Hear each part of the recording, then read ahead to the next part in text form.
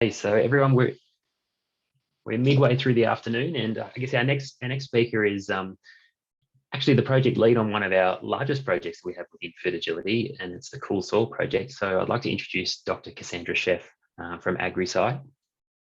Now, the Cool Soil project exists to deliver a scientifically credible framework for the food industry to support cropping farmers in the reduction of GHG emissions, leading to increased long-term sustainability and yield stability through the adoption of innovative agronomic strategies to increase soil health and related function.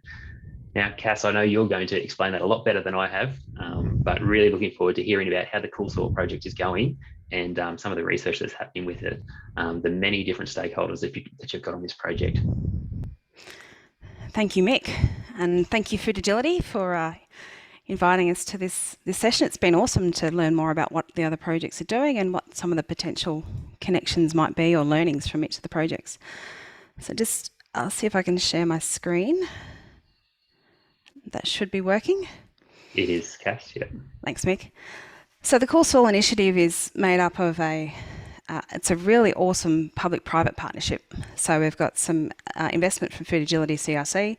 We've got a research partner through Charles Sturt University.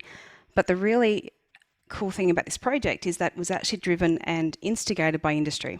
So it's a case of companies, particularly Mars Pet Care initially, coming up with a concept and then the other companies coming on board, which means that it's not just something that one company or one part of the industry thinks is important, but it's something that really resonates with multiple players. And as we go through, we're actually seeing more and more interest in the project.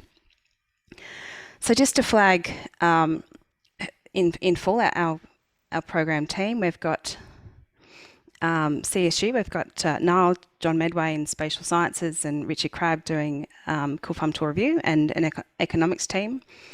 We've got Mars Pet Care and Kellogg's, Manildra Group, we've got Allied Pinnacle, we've got the Sustainable Food Lab, which is a group that is quite new to Australia, but their role is in working with multinational food and beverage companies in delivering farmer-facing sustainability programs.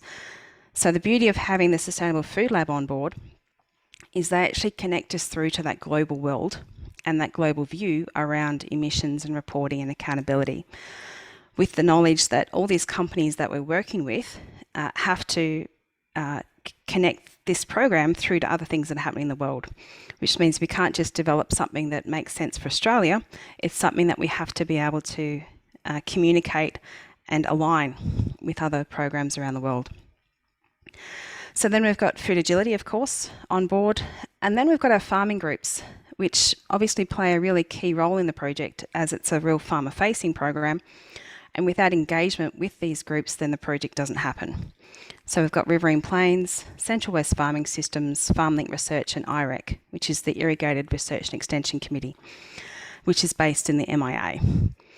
We'll go through these a bit more in detail in a bit. Then we also have Alice Mellon from the University of Southern Queensland providing soil science support and linking into CSIRO with Marcha Sevenster, connecting in with what Farm Print are up to and what other things are happening in the national sphere. So just to confirm where we came from and why this project actually happened, as it's not something that obviously just developed overnight. About 4 years ago in 2017, Mars Pet Care recognised that a large proportion of their greenhouse gases were from on-farm production when they were doing their scope 1, 2, 3 emissions. And wheat is one of the key ingredients in pet food. For those who might not be aware, Mars Pet Care actually occupy up to 50% of the Australian pet food market. So they're a big player and they move through a lot of ingredients. So a key question that Mars Pet Care had in Australia and connecting with their global team was, could they quantify their emission footprint from wheat production and work with farmers to reduce those emissions? So just remembering that this was happening in end of 2016, 2017, really before Australian ag as an industry was getting serious around emissions, and before there was even discussion around agriculture being part of that emission framework. So it was really quite novel and and new and very weird to be talking to farmers about emissions. It was something that after the NOROP work and the nitrous oxide in ag and greenhouse gas emission work that was done several years prior, there wasn't really much happening in this space. So, in partnership with the Sustainable Food Lab, we developed a pilot project with River and Plains and Central West to determine if there was interest in farmers being involved in developing that baseline emission data. The calculator that we used is called the Cool Farm tool, which I'll talk through more in a minute. And the reason why we're using that is because it's an international on-farm greenhouse gas calculator. So what was really surprising was when we talked to farmers about this project, interest was really high due to general acceptance that emission regulation was likely and it was either going to come from government or it was going to come from processors. So the farmers involved put up their hands because they wanted to be on the front foot and get this moving. So what we found in our initial work over the first few years was that soil carbon had the greatest impact on emission values of all the different practices that we could do. And so there was very strong project focus on on-farm practices that support soil health. So from there, that's what we've built on as we've gone. So just to check, one thing that really came through at the start of the project as farmers were just getting a handle on what it was all about was queries around financial incentives and would they get paid to contribute or would they get a premium from their grain by contributing in the project. Right from the start, we decided that premiums weren't the answer because do you give a premium just for being involved in the project? Even if you don't do anything, do you get a premium for making change? If so, how much change? Kind of how do you actually police that or administer it? And because we know our grain moves in so many different ways through our supply chains, actually delivering that premium would be a waste of time. So right from the start, we looked at other ways that we could provide incentives and benefits for farmers to be part of the project. So right from the start as well, we agreed that all farm level data was anonymised before submission. So this was really important to us because initially working with a private company, farmers having really no experience in moving data or sharing data with commercial entities in their supply chains, we sort of went to the ultra-paranoid approach of protecting the farmer identity and all their personal information and then providing disconnects in that information through the project. So that even as project lead, I still don't have the personal details of the people involved in the project because that's managed through those farming groups. So we really, at the time as well, data sharing and data ownership wasn't really as mature as it is today in terms of how that's all managed. And we really wanted these farmers to have trust and build trust in the program and not be worried about would their information then be used for financial gain by any of the commercial entities involved. And also right from the start, we realised that it was highly likely that this project would evolve and grow with new companies coming on board, and how would we manage that data relationship. So we kept it really quite strong right from the outset. So as Mick mentioned, the idea of this project is to develop the framework for ongoing investment of the food industry into supporting farmers in reducing emissions. So from that perspective, we're focused on building the processes and design that's scalable and that will work as we scale nationally in the project. So rather than thinking just let's get some data, measure emissions, do some changes and measure a result and pass that information on, we really saw this as something that could be enduring. There's no reason why this project couldn't still be in play in 10 or 20 years' time and become a really key entity within the industry. So as also mentioned, the focus is on activities and strategies that improve soil health and increase long-term sustainability and yield stability. The key is that any practices have to maintain yield or profitability. So we'd never be asking farmers to do anything that didn't support their bottom line. The key objective of this is that we have to make sure it remains relevant to farmers. So it has to be something that they want to be involved in. And so by having the farming groups involved, that means that we've got a really clear line of connection through to the farmers and a really clear line of advocacy from those farmers back through the project. So these farming groups really are our layer of reality and trust in the program. The next objective is around our digital and data solutions and making sure that as we scale the project that everything's in play. We've built data systems, which we'll talk through in a minute, with potential to connect externally. We're reviewing the Cool Farm tool, which I'll also talk about, to make sure that the data that we generate from that is as valid as it can be. We've got our soil carbon measurements, which we're doing. We've got GIS aspects of that, and so capturing all that information. And then we've got an economic component on return on investment. So then finally, within our food industry, we need to make sure that this program is of value to them, because if it's not, then they're not going to continue to invest.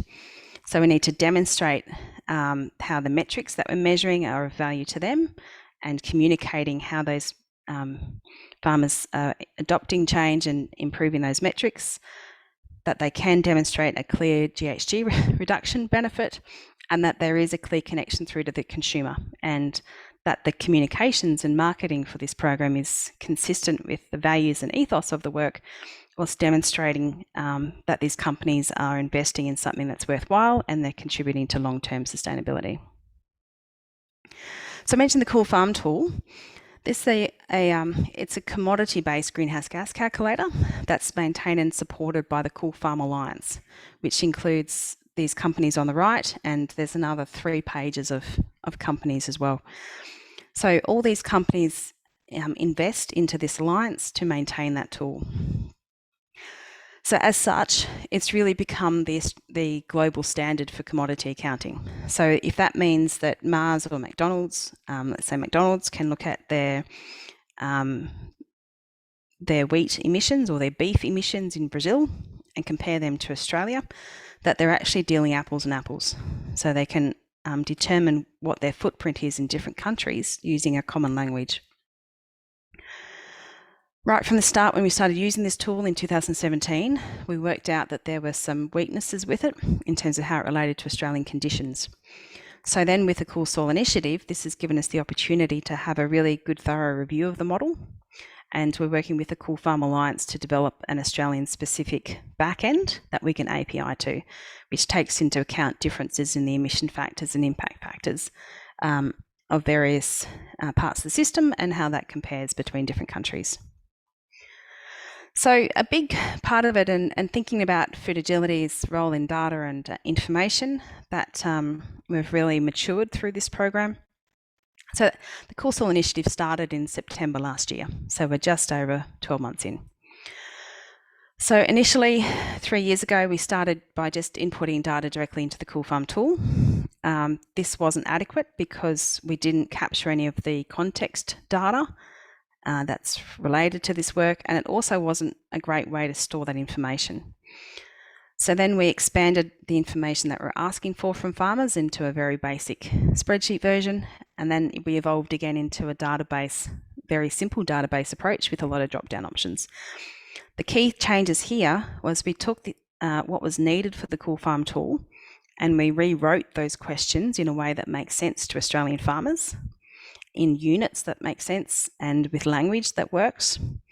And then we also asked all these additional questions to give context around those numbers, so that when we get a GHG number that's really high or really low, we can then kind of unpick that information and see what's driving that.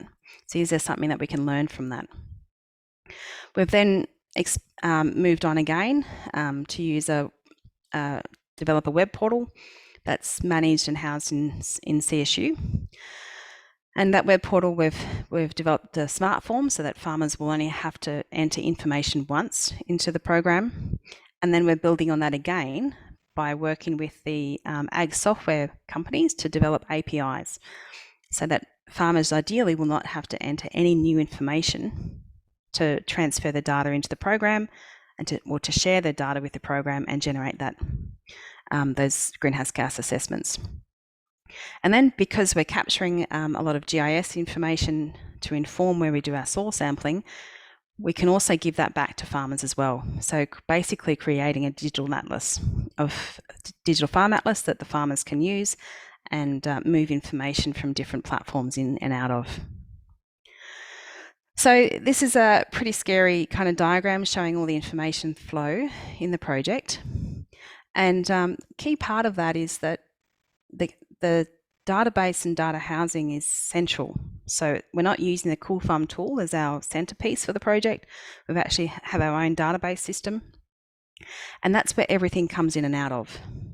So we've got our farmer engagement program, which is all our farmers, and they can then decide if they'd like to API with their ag software. So any external data transfer is done from the farmer out. There's no direct connection with the database. All the learnings that we're pulling out of that, we then move into data analytics and the economic modelling work, pulling in all the relevant external information. We've got a Cool Farm tool greenhouse gas analysis and what that means in terms of our revised model. And then we've got our reporting to our industry partners and how we're reporting based on aggregated data by region. Then we also have a GIS soil carbon project, which is looking at how we measure carbon and what those measurements of carbon actually mean.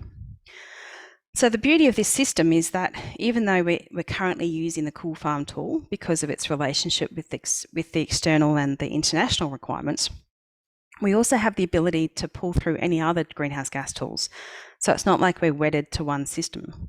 So if we wanted to do reporting to look at greenhouse gas emissions through another lens, maybe in comparison to the national inventory data or how it relates to other regions or at larger policy level, we can pull through any other tools that are developed, obviously with the appropriate permissions and agreements in place. So in terms of our farmer engagement, this is of course completely key, and we need to do this really well to make sure that we're delivering something that farmers want to be part of. So the recruitment and engagement with farmers is done with the farming groups. So we've got those local relationships going on. Farmers nominate which paddocks they want to be included. They receive free soil tests per year to ensure good quality data. They receive their assessments. They're invited to a series of small group peer sessions, so real peer-to-peer farmer learning, and an annual grower meeting where the partners attend. We look at the greenhouse gas metrics and we look at soil carbon. The project then also focuses on funding innovation trials or practice change. And the key thing about this is we're not just a tick and flick program, it's all around how can we support farmers in doing something differently to then improve their system's sustainability and their emission footprint. And obviously all data is coded and anonymised. So just showing our footprint through the landscape. So we've got Nyngan and Dubbo up here, and then moving down to Euroa. And we've got about 135 farmers in the project at the moment. This is the example of some of the emission data that we're pulling through, and this was from 2020, and showing there is variation within each of the regions, with some of the extremes being due to practice change. So, for example, the net sequesters in roof plains, we've pulled out that involves pasture phases, reduced tillage, and high soil carbon. Our emissions decrease as we go from more of the high rainfall to the low rainfall, which we'd expect. And that's the case when we talk about reporting per tonne of grain and also per hectare. With our soil carbon values, this is a really key, exciting part of the project in terms of the fact that because we have all the data, we can pull through all the variance that we're seeing. So rather than focus on what our averages are in the regions, what are farmers doing differently that can drive improvements in those systems? In terms of a light bulb moment, and I guess this could be the eureka moment that you're looking for. We talk a lot about carbon trading and soil carbon as part of the project. And there has been a real emphasis on the perceived value of carbon trading to farmers. But what we do know is that in all our soils, we have thresholds of soil carbon based on climate, soil type and management. And many of the good farmers are already at the wrong end of that diminishing returns curve, which means that carbon trading as such doesn't hold a lot of appeal. And as you move into those high levels, you increase your variance and seasonal risk. At the same time, there's an increasing pressure and incentives for farmers to demonstrate that carbon neutrality. or that negative carbon footprint to sell their commodities. This means that it could be more attractive for them to keep those offsets themselves to demonstrate net zero. The other thing is that a farmer can't sell a carbon credit to a third party and at the same time also report their emission footprints through their supply chains, because that's actually double dipping. Whereas participation in the Cool Soil Initiative with no lock-in contracts and no 25-year commitments or anything else, farmers can quantify their carbon balance on farm. They can use any net carbon gain to offset their own emissions. They can demonstrate net carbon net zero through accountable processes. They can report on their emissions through their supply chains and maintain market access. And they can choose to share their sustainability metrics with their agribusiness partners for financial gain. So we provide a lot of support for farmers to go through that process without any of the contracted commitments. And just finally, to say that, as I mentioned before, that this is really a long-term proposition. So every year we get more and more interest. We're onboarding new partners. We're looking, rather than every company which has to do something because they've committed to doing something, they actually invest with us and can do something that's really worth doing. This means also we've developed really good governance and processes for scalability. We can scale in a supported manner with farmer engagement through the regions, and we can work with the agribusiness sector to look at potentially creating financial rewards. And we're really looking to create a program that farmers can be proud to partner with. And I'll leave it there. Thank you, Mick. Thanks for that, Cass. And as I suspected would be the case with this project, there's plenty of questions which are flowing in. So we may as well get straight into them, I think. And I think that last slide, it actually answers a couple of the questions, but I'll go for it anyway. Thinking ahead to scalability for this particular project, what's the ultimate business model, and who will pay or get the money for those all-important soil tests once the project does finish?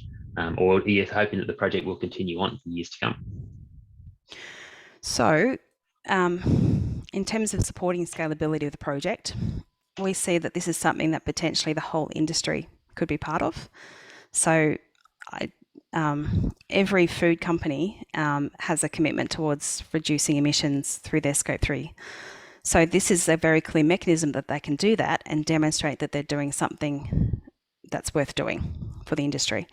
So from that perspective, continued investment is highly likely and is something that we'll be working on. So it's an ongoing, it's basically the platform by which companies can deliver those reductions. And so from that perspective, this could be an enduring program for a long period of time. In terms of paying for the soil tests, we see that that has a life, obviously. So there's a few options with that. One is that we start to scale that back with farmers who've been in the program for a long time. If they see the value of the testing, that they continue that. There's potential that we might be able to partner with the National Soil Strategy, for example, to receive some kind of a rebate system dependent on the level of personal information that's required to share that, and that's something that we're not committed to at this point. But that's something that we'll have to look at. And then in terms of farmers continuing to be part of it, I think it's something that can continue to grow and build on value as time goes on. Yep. Yeah, absolutely. And I guess with this project, the main part of it is about farmer engagement, trying to get more and more farmers involved. And, at the moment, what are the incentives for farmer engagement? And, what's the current state within the project of engagement? I think you mentioned you had 130 farmers so far signed up. Are they really leaning into this, or are you doing a lot of the work and inputting information into the Cool Farm tool for them? So they're really leaning in. Mm-hmm. And every farmer that we talk to is saying, well, this is coming. And every other platform, process, project, whatever that's been developed in the ag industry at this point in time, as much as I can understand it, is very much around here's the tool, or here's a tool, or here's an app or something, put your data in and get your number out. The difference with this is really about that supported work. So it has to actually mean something on ground and then create a change. So it's not just a number, it's what's behind that number and how do we improve that number for general benefit. So, so from that, the on-ground support from the farming groups has been pivotal for that, because they're the ones with the personal relationships who hang out in paddock, you know, and chat and talk, understand those systems. And then in terms of the data flow on that, when we started the project, we only asked for farmers to input 5 paddocks per farm because of that data imposition. But then to ask them general questions around, okay, what's your total wheat area? What's your total cropping area? What's your total land hectare? So we can get that footprint understanding. Where we're moving to now, we're streamlining that information a lot, and to the point that each year farmers will just have to input what's changed. So all the historical information has been captured, but then we'll take it to that next level when if we're able to connect with like AgWorld, etc., that all that for those farmers who are at scale to be using that software, it's already there. And it might be that there's 3 extra questions that we ask to complete that thing. So real emphasis on making that data work as less of an impost as possible, and trying to offset that with as much benefit as possible back to farmers. Yeah, and that's actually a really nice segue into one of the questions that did come through, was saying that, that online tool does look a little bit complicated and sophisticated. And, what does that farmer user experience look like? And it sounds like you're basically setting it up so that prior information will be left in the tool, and then all you need to do is add in extra information about the change. And so that sort of simplifies the system going forward in year per year. That's what's going to happen with the project. Yeah, so we've developed a web portal, and then once farmers log in, and that's where our data sharing agreements and everything come into play. Then farmers will log in and see basically a Google Earth map of their farm. They'll be able to click on a paddock that they want to input data for. Once they click on that paddock, it will bring up all their previous information that they've entered for that paddock, and then they just put in what extra new changes have come in. So using the smart form approach means that we can modify anything we need to, and we've completely disconnected from that front end of the Cool Farm tool. So farmers will never see that interface at all. Everything's done in very simple smart form drop down. If something's not relevant, you skip a section and it goes to the next one, and you'll never see all these things that you don't have to put data into. So, and we're working that through with the farming groups at the moment, and I've offered them a slab of beer if anyone can break it. Excellent. So we really should get good engagement then. We should. So really trying to make sure that it's as easy as possible, because data. Oh, and that's the other thing is with the web portal, if farmers are putting this information in, then why can't they use that as a repository to generate reports for other reasons? So talking about the, when we export canola to Europe and their sustainability reporting, why can't, which is all manual, why can't the the Cool Soil Initiative web portal be a thing of click this box to generate your export report for AGEC, or for other things that farmers need reports for, that we can actually simplify that as well. Yeah, absolutely. And automating as many reports and things coming out of that tool as possible is obviously going to just add the value proposition for farmers to get involved and start with. Yeah. And I guess, Cass, for this project, we can see there's many eureka moments coming through. Is there one gnarly thing on the horizon that you're foreseeing coming through? I think when we started this work, everyone thought we were mad, because this was not a space that anyone was in, and to say the word emission reduction with farmers was like what the hell? And so we had the really clear path and vision of where the project could go, because we had a clear run. And then over the last few years, we've seen government start to catch up. The RDCs are starting to scope something in the space. There's sustainability frameworks coming in. And so I guess the gnarly part now is, as we navigate through and understand what else is there, it's very clear that the space that we're in is quite unique and isn't where everyone else is. But how do we make those relationships between the other programs in a positive way, so that everyone wins without removing the value and the ethos behind Cool Soil, and how do we keep it and grow it in a way that it maintains its value. And for the companies that invest into the program, and new companies continuing to invest, can see the value of what they're doing compared to what the industry generally is doing. Yep. So that's this week's challenge. This week's challenge, absolutely. Look, Cass, I think it's a wonderful project and wonderful sort of, I guess, initiative that you're running there. And good luck. I know it's a big challenge managing so many different stakeholders within a project, but it's really exciting to see how it's progressing along, and the uptake from farmers is generally very positive, which is fantastic. So thank you very much, and thanks for your presentation today. We have run out of time, but it was a pleasure having you on board. No worries. Thanks for the time, Mick. Cheers. Thanks, Cass.